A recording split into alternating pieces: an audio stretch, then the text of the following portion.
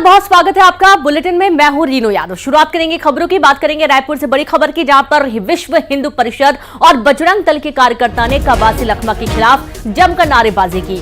VHP और बजरंग दल के कार्यकर्ता सिविल लाइन थाने पहुंचे, जहां कार्यकर्ताओं ने पूर्व मंत्री कवासी लखमा के खिलाफ नारेबाजी की और संत राजीव लोचन पर कवासी लखमा की टिप्पणी के विरोध में नारेबाजी की गई।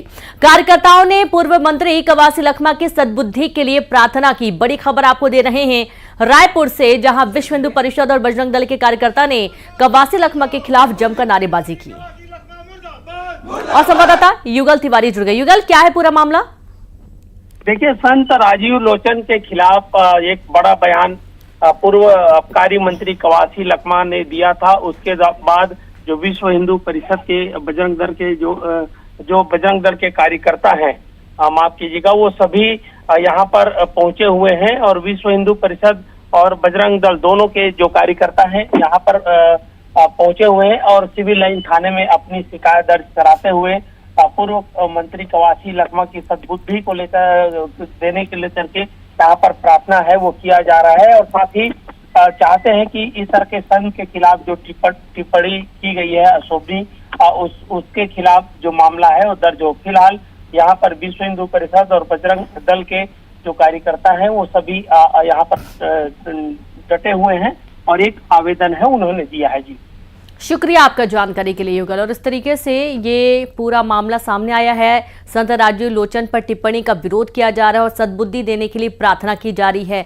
कवासी लखमा को सद्बुद्धि के लिए ये सभी लोग प्रार्थना कर रहे हैं, साथ ही विरोध भी किया गया है।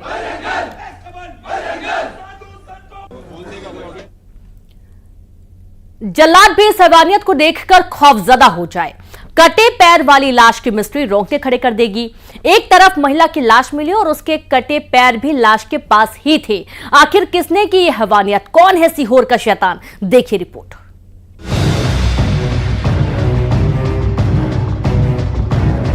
हैवानियत की हदें पार। कटे पैर वाली लाश दहला देगी। बुजुर्ग महिला के साथ बर्बरता। लालच का खेल, इंसानियत लहूलुहान। चांदी के कड़े के लिए वहशीपन।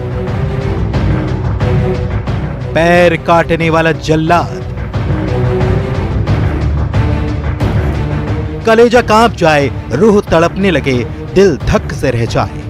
75 साल की मोतन बाई के साथ जो बर्बरता हुई, उससे पूरे गांव में दहशत है। लाश नाले में मिली, लेकिन लाश जिस हाल में मिली उसे देखकर चीख पुकार मच गई। मोतन बाई के पैर कटे थे, दोनों पैरों को काटा गया था। मोतन बाई खेत पर गई थी, लेकिन जब घर नहीं लौटी तो बेटे ने जाकर देखा, जो मां की लाश देखकर सिहर गया। लाश अलग, दोनों पैर अलग थे। सीहोर के आष्टा के गुराडिया रूपचंद में हुई इस बर्बरता ने सबको दहला दिया। खेत पर बुजुर्ग महिला मोतन बाई अकेले गई थी, लेकिन कोई था जिसकी नजर बुजुर्ग महिला पर थी, जिसे अकेला देखकर हत्या कर दी गई।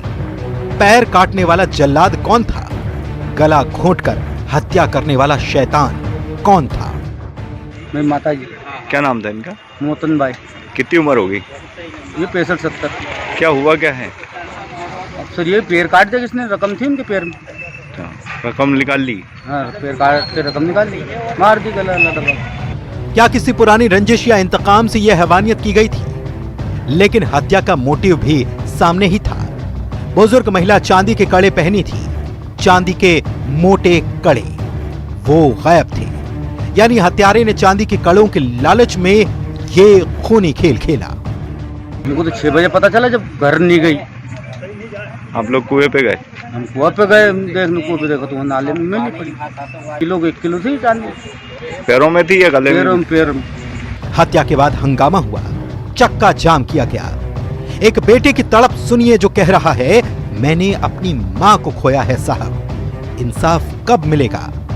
कब पकड़े जाएंगे मेरी मां के कातिल?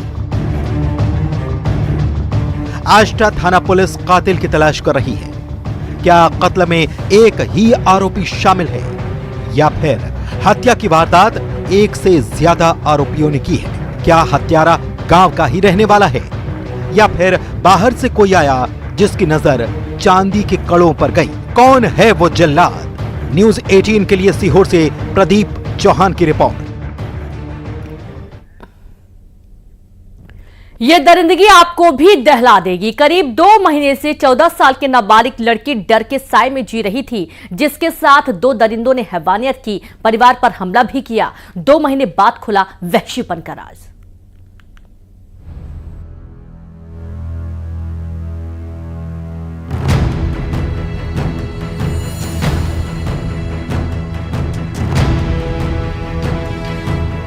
दरिंदों का डर, एफआईआर से पहले हमला। राजीनामा करो वरना। 2 महीने से दफन था दरिंदगी का राज। बगल में शैतान और कितने हैवान। भरोसे पर प्रहार, फिर चित्कार। सलाखों में गुनाह के गुनहगार। पहले दरिंदगी और इंसाफ के लिए भटक रहे परिवार पर हमला। दरिंदों का टॉर्चर, राजीनामा करने का दबाव और इनकार पर खौफनाक सजा। उसके बाद भी इंसाफ की लड़ाई जारी थी। दहशत के साए में एक परिवार पिछले 2 महीने से जी रहा है। यहाँ तक कि नाबालिग लड़की अभी भी डरी सहमी हुई है। पुलिस वालों के भरोसे के बाद भी उसका खौफ खत्म नहीं हुआ, क्योंकि उसकी नानी पर हमला किया गया।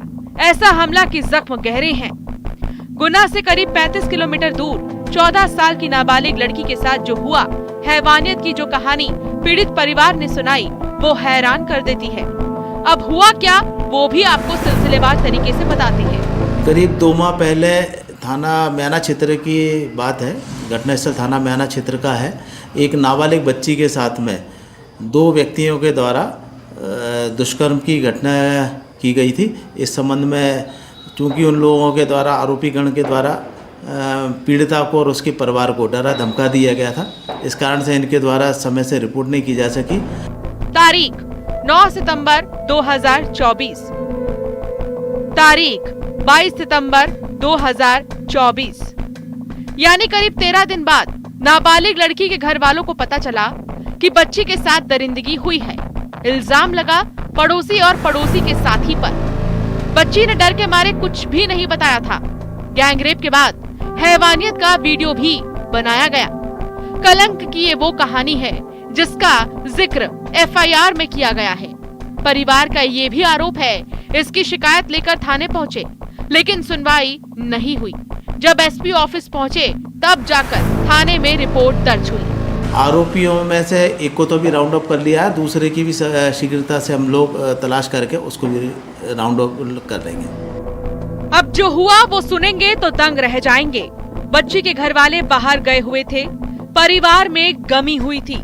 जिसके भरोसे बच्ची को छोड़ा, उसी ने भरोसे को तार तार कर दिया। इसके बाद आरोप कि आरोपी पीड़ित परिवार को डराते रहे, धमकाते रहे। बच्ची डर रही थी एफआईआर लिखाने में, क्या उसको हमारी महिला थाना प्रभारी ने काफ़ी उसको अच्छे से समझाया है और पूरा उसको भरोसा दिलाया है। उसके परिवार को भी भरोसा दिलाया है कि कानून पर विश्वास करें। निश्चित रूप से पुलिस जो आरोपीगण हैं उनके खिलाफ विधिवत, वैधानिक और कठोर से कठोर कार्रवाई करेंगे। दहशत थी, लेकिन पुलिस ने बच्ची को भरोसे में लिया, उसे प्रोटेक्शन देने का भरोसा दिलाया। तब जाकर नाबालिग लड़की ने दरिंदों की कहानी सुनाई। दोनों आरोपी गिरफ्तार किए जा चुके हैं, लेकिन सवाल अब भी वही है, ये भेड़िए कब खत्म होंगे? गुना में संदीप दीक्षित के साथ bureau report, news 18, Madhya Pradesh, Chhattisgarh. इस लव स्टोरी में प्रेमी प्रेमिका और वो की कहानी है। ना तो ये लव ट्रायंगल है, ना ही प्रेमी और प्रेमिका ने एक दूसरे से बेवफाई की। इश्क की राह में प्रेमी को कोई विलन लगा और फिर प्रेमी ने किसी का कत्ल कर दिया। किसका मर्डर हुआ, सुनेंगे तो हैरान रह जाएंगे।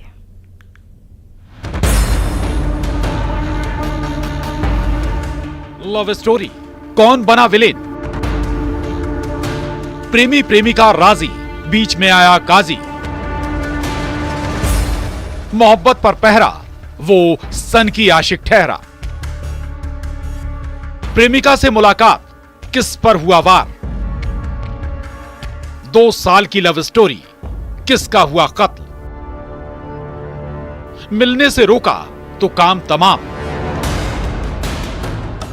बाकायदा गाड़ी लेकर वो अपनी महबूबा से मिलने गया। 2 साल का इश्क था ये, लेकिन इस इश्क में इंतकाम की ऐसी खूनी कहानी लिखी गई जो हैरान कर देती है। अक्सर प्रेमी प्रेमिका से मिलने जाता था, लेकिन इस बार महबूबा से मुलाकात पर उसने किसी का कत्ल कर दिया, जिस पर हमला किया गया था। उसे अंबिकापुर अस्पताल में रेफर किया गया, लेकिन इलाज के दौरान मौत हो गई, यानी मामला कत्ल का बना। आरोपी भी सामने है जो सन की आशिक है, जिसने पूछताछ में बताया कि उसे उसके इश्क से जिसने दूर किया, उसने इस दुनिया से ही उसे रुखसत कर दिया, वो भी तैश में आकर। ये एक हर्राटोली निवासी जितेंद्र कुजूर है, जिसकी प्रेमिका भरतपुर भंडारटोली में रहती है, अनीता नाम है। उनसे 2 वर्षों से प्रेम संबंध था और ये जो है अक्सर अपनी प्रेमिका से मिलने जाता था। दिनांक घटना को भी ये अपनी प्रेमिका से मिलने गया था और एतराज़ कर रहा था क्यों आए हो करके। इसी बीच में ये गुस्से में आकर टांगी से रखे उसके सिर में एक बार वार कर दिया था, जिसे प्रथम दृष्टया हत्या का प्रयास का अपराध पंजीबद्ध करके विवेचना में लिया गया और डॉक्टर द्वारा उसको रेफर करने पर उसकी जो है अंबिकापुर जिला चिकित्सालय में मृत्यु हो गई है। अभी 103 BNS जोड़कर कार्रवाई की जा रही है। आरोपी को न्यायिक रिमांड में भेजा गया है। आखिर लव स्टोरी का विलेन कौन है? किसका कत्ल हुआ? इश्क पर पहरा क्यों था? शंकरगढ़ थाना पुलिस ने लव स्टोरी के पन्ने पलटे तो कहानी सामने आई इंतकाम की, इश्क पर पहरे की। आरोपी जितेंद्र कुजूर ने जिसकी हत्या की, वो उसकी गर्लफ्रेंड का पिता था, जो प्रेमी के इश्क में रोड़ा बन रहा था। जब भी प्रेमी प्रेमिका से मिलने पहुंचता था तो कबाब में हड्डी पिता बन जाता, जो बेटी के प्रेमी को मुलाकात पर रोकता टोकता था। वारदात वाले दिन हॉट टॉक बढ़ गई। बार बार जलील हो रहे प्रेमी ने हैवानियत का वार किया और प्रेमिका के पिता की जान ले ली। इसका प्रेमिका के जो पिता है वो ऐतराज दर्ज करता था और वो मना करता था। इसमें 2 आरोपी हैं। एक पिकअप को किराए में करके ये गया हुआ था और उसके साथ वो दिया है और साक्ष्य छुपाने में भी मदद किया है। लगभग इसमें 103 और 3-5 का BNS का अपराध पंजीबद्ध किया गया है। हत्या का साक्ष्य छुपाने में मदद करने वाले शख्स को भी आरोपी बनाया गया है। लव स्टोरी ऐसे खूनी बन गई। बलरामपुर में सूरज गुप्ता और अंबिकापुर में श्रवण कुमार महंत के साथ bureau report, news 18, Madhya Pradesh, Chhattisgarh. इस शहर में अक्सर बंदूक की बोली बोली जाती है, लेकिन इस बार इंतकाम की बोली से दहशत नजर आई। मामूली सी बात पर जो हुआ वो हैरान कर देगा। आखिर क्यों मचा कोहराम? देखिए रिपोर्ट।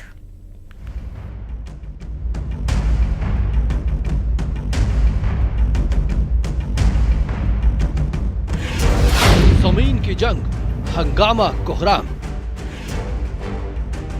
7 साल का विवाद, ताप, पथराव। इधर फेसिंग का तार, नफरत का वार। गुस्से में उबाल, मचा बवाल। मुरैना में गोली नहीं, इंतकाम की बोली। हंगामा बरपा है, कोहराम मचा है। एक दूसरे के खून के प्यासे हो गए हैं लोग। जमीन की ये वो जंग है जिसमें चल रहे पत्थर तैश में आकर हो रहा है पथराव। इस वीडियो में दोनों तरफ से पत्थर की बरसात हो रही है। लाठी डंडे भी चले। पत्थर कम हो गए तो देखिए क्या किया जा रहा है। फर्शी को तोड़ तोड़ कर पत्थर निकाल कर वार किया जा रहा है। ये मुरैना है, जहां अक्सर बंदूक की बोली की तस्वीर सामने आती है, लेकिन इस बार इंतकाम की बोली बोली जा रही है। मुरैना गांव में क्यों मचा बवाल, इस विवाद की वजह आपको बताएंगे। लेकिन मुरैना शहर की दूसरी तस्वीर देखिए। कुल्हाड़ी लेकर ये शख्स पहुंच गया है जो एक महिला को धमका रहा है। उसके बाद ये लोग मिलकर महिला पर हमला करते हैं। उसके बाद विवाद बढ़ता जाता है। अब महिला का परिवार इन लोगों को सबक सिखाने लगता है। यहाँ भी लाठी डंडे लेकर एक दूसरे से भिड़ने के लिए तैयार हैं ये लोग। भाई इतना गुस्सा क्यों है? मुरैना के सबलगढ़ थाना इलाके का ये मामला है। अब वजह भी सुनिए। सबसे पहले मुरैना गांव में जो पथराव हुआ उसके पीछे 7 साल से जंग चली आ रही है। जमीन का विवाद है जिसने ऐसी शक्ल अख्तियार कर ली। जमीन सरकारी है। इस जमीन पर फिर लोगों ने बाबा साहेब अम्बेडकर की प्रतिमा लगाकर अम्बेडकर पार्क तैयार कर दिया है। एक आवेदन प्राप्त हुआ है, उसमें उन्होंने बोला है कि हमारी जमीन पे ये लोग कब्जा कर रहे हैं, तो उस आवेदन पत्र को मैं अग्रसर कर रहा हूँ और उसके संबंध में जानकारी भी मंगाता हूँ कलेक्ट्रेट से। जो भी आगे बिंदु आते हैं। सबलगढ़ में क्या हुआ था ये भी सुनिए। बात बड़ी नहीं मामूली थी। दरअसल राम सेवक ने खेत की 4 साल पहले फेंसिंग की थी। फेंसिंग के 1-2 खंभे बंटी के खेत की ओर झुक गए। फिर क्या था, फिर चली लाठी। 7 लोग घायल हुए हैं। देखिए, ये जो सबलगढ़ से आज कुछ लोग आए हुए हैं, उनमें मूल रूप से झगड़ा हुआ था। उस पर अपराध थाना सबलगढ़ में कायम है और क्रॉस कायमी है। आज जो पक्ष आया है उनका कहना है कि समुचित धाराएं लगाई नहीं गई हैं और उसमें धाराओं में इजाफा होना चाहिए। इस संबंध में थाना प्रभारी से चर्चा हुई। उनके द्वारा बताया कि अभी मेडिकल रिपोर्ट आई नहीं है। मेडिकल रिपोर्ट में अगर गंभीर चोट लेख डॉक्टर के द्वारा की जाएगी तो उसके हिसाब से उसमें धाराओं का इजाफा किया जाएगा। दोनों ही मामलों की जांच जारी है। मुरैना में अमित शर्मा के साथ bureau report, news 18 Madhya Pradesh Chhattisgarh. नमक वाला किलर सुनकर आप चौंक गए होंगे, लेकिन ये सच है। बेटे का दोस्त बनकर पहुंचे एक हमलावर ने महिला पर हमला किया और जख्म पर नमक लगाकर लूट के बाद फरार हो गए। घटना के बाद महिला की मौत हो गई और पुलिस मामले की जांच में जुट गई है। मिर्जापुर से ये रिपोर्ट देखिए।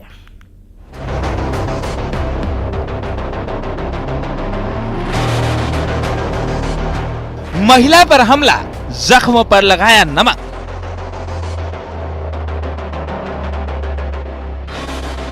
घायल महिला की मौत, लूटपाट की आशंका।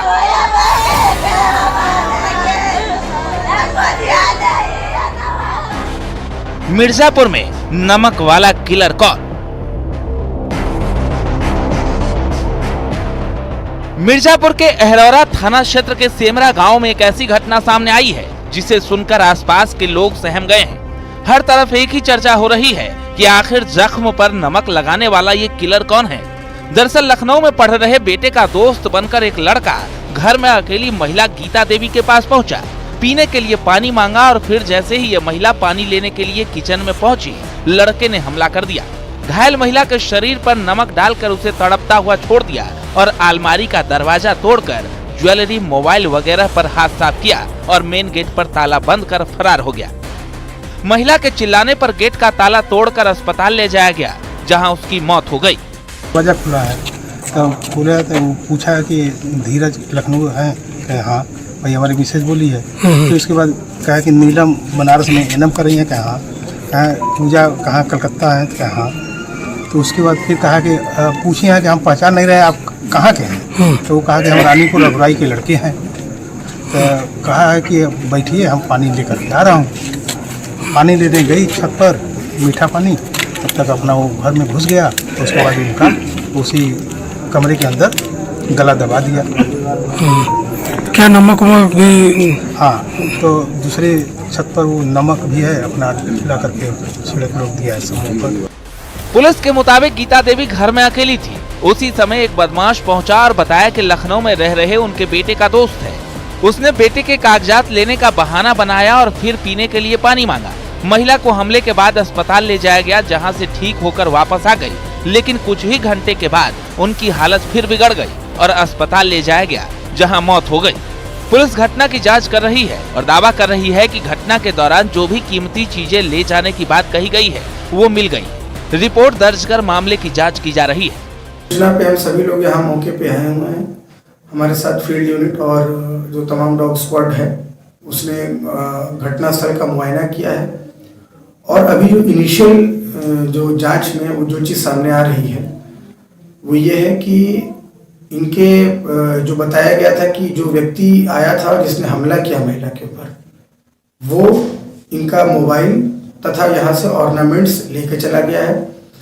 लेकिन सीन ऑफ क्राइम के एनालिसिस के बाद जब बारीकी से चीज़ों को देखा गया तो महिला का, जो मृतका का मोबाइल भी वही सीन ऑफ क्राइम से ही हम लोगों को बरामद हो गया, जो कि स्विच ऑफ कंडीशन में था और उसके बाद ज़्यादातर चीज़ें जो बताई गई थी, जो कि व्यक्ति ले गया है, वो चीज़ें वही हम लोगों को मौके से बरामद हो गई हैं। जो मृतका हैं उनकी बॉडी को मॉर्चरी भिजवा दिया गया है। तहरीर लेके मुकदमा कायम किया जा रहा है। मिर्जापुर में हुई इस घटना की चर्चा आसपास के इलाके में खूब हो रही है। लोग पूछ रहे हैं कि नमक वाला किलर आखिर कौन है। फिलहाल पुलिस लूटपाट की घटना से इनकार कर रही है। बहरहाल देखना यह है कि पुलिस की जांच किस नतीजे तक पहुंचती है। मिर्जापुर से सुमित गर्ग, न्यूज़ 18। ये उन ठगों की कारस्तानी जिन्हें ना तो पुलिस का खौफ ना ही किसी का डर। इस गैंग ने भोपाल पुलिस कमिश्नर की फर्जी आईडी बनाई और लूटपाट की। देखिए रिपोर्ट।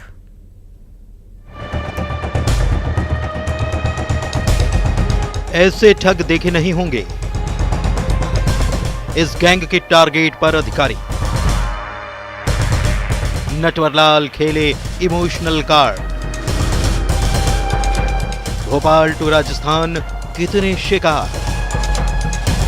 फेक आईडी वाले नटवरलाल अब तक 100। न तो ओटीपी मांगते हैं, न ही डिजिटल अरेस्ट करके डर दिखाते हैं। ये वो गैंग है जिसकी कारस्तानी आप जरूर सुनिए, क्योंकि गिरोह ने वो कारनामा किया जो हैरान कर देगा। फेक आईडी बनाने में माहिर है ये उस्ताद, जिन्हें किसी अधिकारी का डर नहीं, यहां तक कि पुलिस के कप्तान का भी खौफ नहीं, जो दोस्ती करने में भी माहिर हैं और उसके बाद करते हैं ठगी। तो इस दोस्ती के जाल और ठगों के चाल को समझिए। राजस्थान वाले ठग हैं ये। सबसे पहले सोशल मीडिया पर अधिकारियों की प्रोफाइल तलाशते हैं। समझिए, इन्हें जरा भी खौफ नहीं। अधिकारियों की तस्वीर मिली, बस इनका काम हो गया। अब दूसरा काम होता था अधिकारियों के फेक आईडी बनाना। गैंग कितना शातिर और बेखौफ है। भोपाल के पुलिस कमिश्नर हरि नारायण चारी मिश्र की फेक आईडी बना डाली। अक्सर ऐसा ही ये गिरोह करता है। फेसबुक पर फेक आईडी बनाकर दोस्ती करता है। लोगों को शक भी नहीं होता कि वो ठग हैं। ये भी सुनिए, सिर्फ पुलिस अधिकारी ही नहीं, दूसरे विभाग के अधिकारियों की फर्जी आईडी बनाकर इस गिरोह ने अब तक 100 लोगों को चूना लगाया। अब सवाल ये कि वारदात कैसे करता है ये गैंग। सनातन धर्म संसद का आयोजन होना है, जिसमें वक्फ बोर्ड की तरह सनातन बोर्ड के गठन पर चर्चा की जाएगी। और इसी कार्यक्रम को लेकर तेलंगाना से बीजेपी के फायर ब्रांड नेता टी राजा सिंह ने एक वीडियो जारी कर ज्यादा से ज्यादा लोगों को इस कार्यक्रम में शामिल होने की अपील की है। टी राजा सिंह ने हिंदुओं से संगठित होने की भी अपील की है।